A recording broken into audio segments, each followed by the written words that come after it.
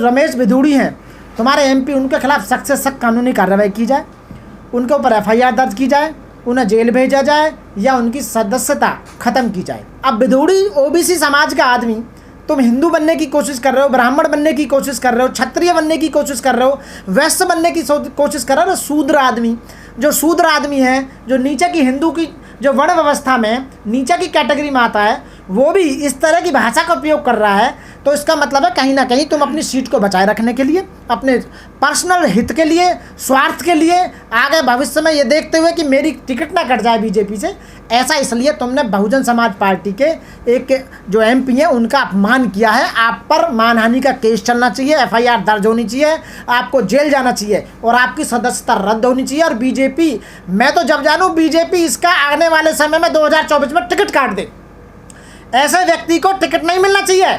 ये तो पूरे बहुजन समाज, मोमडन समाज सबका अपमान कर रहा है इस तरह का आदमी। यानी कि जो गुर्जर समाज है या ओबीसी समाज है उसको भी धक्का पहुंच रहा है कि एक इतना ऐसा एमपी पढ़ा लिखा आदमी, आप इस भाषा का प्रयोग कर रहे हो, वो भी एक सांसद दूसरे सांसद के साथ ऐसा व्यवहार कर रहा है, तो आप पढ़े लिखे कहाँ रहे? आप तो आम आदमी से भी ज़्यादा मूर्ख रहे। आप में तो बिल्कुल भी शर्म, लज्जा, लिहाज सब खत्म कर दी गई है। आपने जो एक बेशर्मी की पराकाष्ठा होती है ना, उसको भी पार कर दिया है, तार कर दिया है। बीजेपी वालों ने ऐसा कौन सा काम नहीं किया, ऐसे कौन से एमपी एमएलए मंत्री ने काम नहीं किया जो ना रहे हो। इन्होंने सब लोगों को परेशान किया। 10 साल में त्राहिमाम त्राहिमाम चिल्ला रही है जनता भारत की, सारे लोग त्राहिमाम त्राहिमाम चिल्ला रहे हैं। और आपको मैं बताऊं, यूपी में जिस सरकार की, जो इस समय सरकार चल रही है बीजेपी की, वहाँ ओबीसी, एससी, एसटी, मोमडन के जो स्कॉलरशिप मिलते थे बच्चों को, जो बहन कुमारी मायावती जी ने अपने इस कार्यकाल में चलाए थे, MA, BA, BEd, LLB, LLM, PhD, BTech, सारे जितने भी कोर्स होते थे, उसका जो फीस देती थी सरकार, वो सरकार अपने जेब से, अपने खजाने से पे करती थी और बच्चा वहाँ पढ़ता था। इन्होंने वो सब खत्म कर दिया क्योंकि ये अशिक्षित बनाना चाहते हैं। गरीब लोगों की फीस को ख़त्म कर दिया इन्होंने, नौकरियों को ख़त्म कर दिया इन्होंने, धर्मवाद को ज़्यादा इन्होंने बढ़ावा दिया है और अब ये बेइज्जती करने का काम कर रहे हैं। रमेश भिदूड़ी हैं, वो ओबीसी समाज से आते हैं, लगता है वो गुर्जर समाज से हैं। एक ओबीसी समाज का आदमी जो 52% जिनकी जनसंख्या है यहाँ पर, वो अपनी सीट को बनाए रखने के लिए, भविष्य में अपने आप को बनाए रखने के लिए, पार्टी में दोबारा टिकट लेने के ख्वाब को देखते हुए कि कहीं अगली चुनाव में मुझे टिकट ना मिले दिल्ली से, अपनी सदस्यता को बरकरार रखने के लिए ऐसा उन्होंने दानिश अली का अपमान किया है। पीछे का रिकॉर्ड उठा के देखिए, इतिहास उठा के देखिए, बीजेपी के जिस भी आदमी ने, जिस भी नेता ने, जिस कार्यकर्ता ने, मंत्री ने जिस तरह के एक्ट किए हैं, उन्हें शाबाशी दी गई है, उनका प्रमोशन किया गया है और उनका टिकट नहीं काटा गया आज तक। तो ये जो भिदूड़ी जी ने जो किया है, ये इसलिए किया है कि मेरा टिकट बना रहा है मोदी जी और बीजेपी के जितने भी बड़े बड़े कार्यकर्ता हैं, बड़े बड़े जो प्रधानमंत्री, गृह मंत्री, मेरी सीट को बरकरार रखें, मुझे 2024 में दिल्ली से एमपी का टिकट दें। ये ख्वाब देखते हुए उन्होंने इस तरह की भाषा का बीजेपी, अच्छा जब वो उस समय जब दानिश अली की बेइज्जती से अपमान कर रहे थे, ऐसी भाषा का उपयोग करके, उस समय उनके पीछे 2 मंत्री आप देखे होंगे, एक तो जो रविशंकर प्रसाद है विदेश मंत्री और एक है डॉक्टर हर्षवर्धन, दोनों जो हंस रहे थे, खिलकी ले रहे थे, उन्हें बहुत अच्छा लग रहा था। जब बाद में जब देखा गया तो उन्होंने अपने वर्डों में कहा कि हम तो, हमारी ऐसी कोई इंटेंस नहीं थी, ये नहीं थी, वो नहीं थी। हर्षवर्धन ने कहा है कि मुझे सुनाई नहीं दिया। आप बताइए, जो नई संसद है, जिस नई संसद में भी सुनाई नहीं दे रहा, तो संसद तो बेकार बन गई। फिर वो नई संसद में जो कंपोनेंट लगे हुए थे, सुनने के जितने भी आइटम थे वहाँ पे, वो सब खत्म है। फिर उस नई संसद बनाने का क्या फ़ायदा हुआ जब आपको सुनाई नहीं दे रहा था।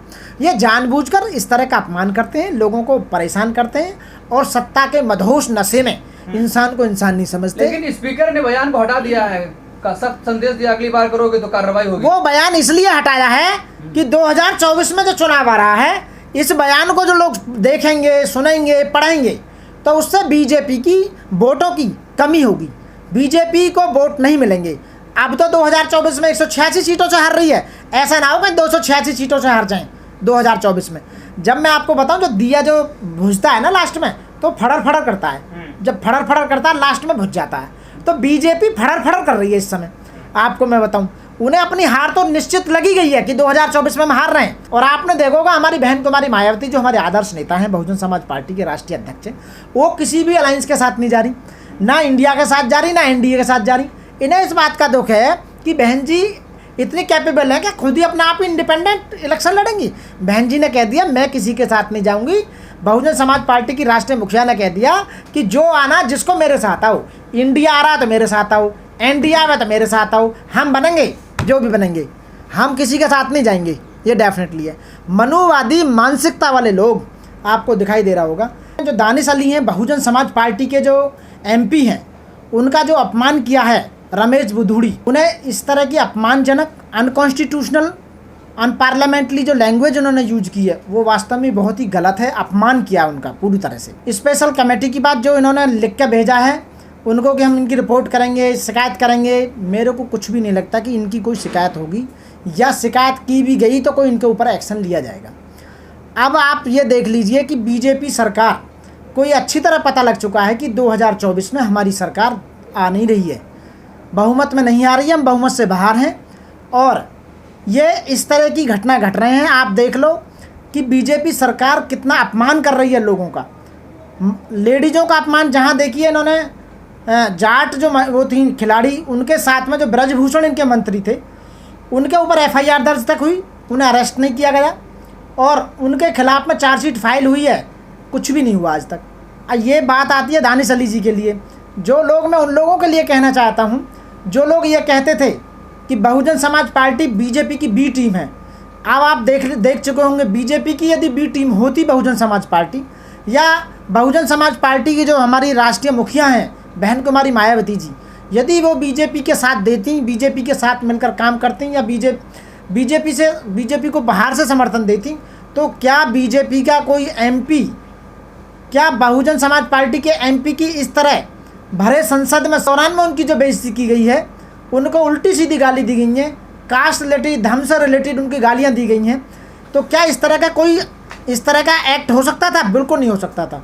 तो मैं खासकर उन लोगों के लिए मैं कहना चाहता हूं कि बहुजन समाज पार्टी बीजेपी की बी टीम नहीं है। यदि बी टीम होती तो दानिश अली जो हैं उनकी इस तरह से बेइज्जती नहीं होती, उनका अपमान नहीं होता, उनकी मानहानि नहीं होती।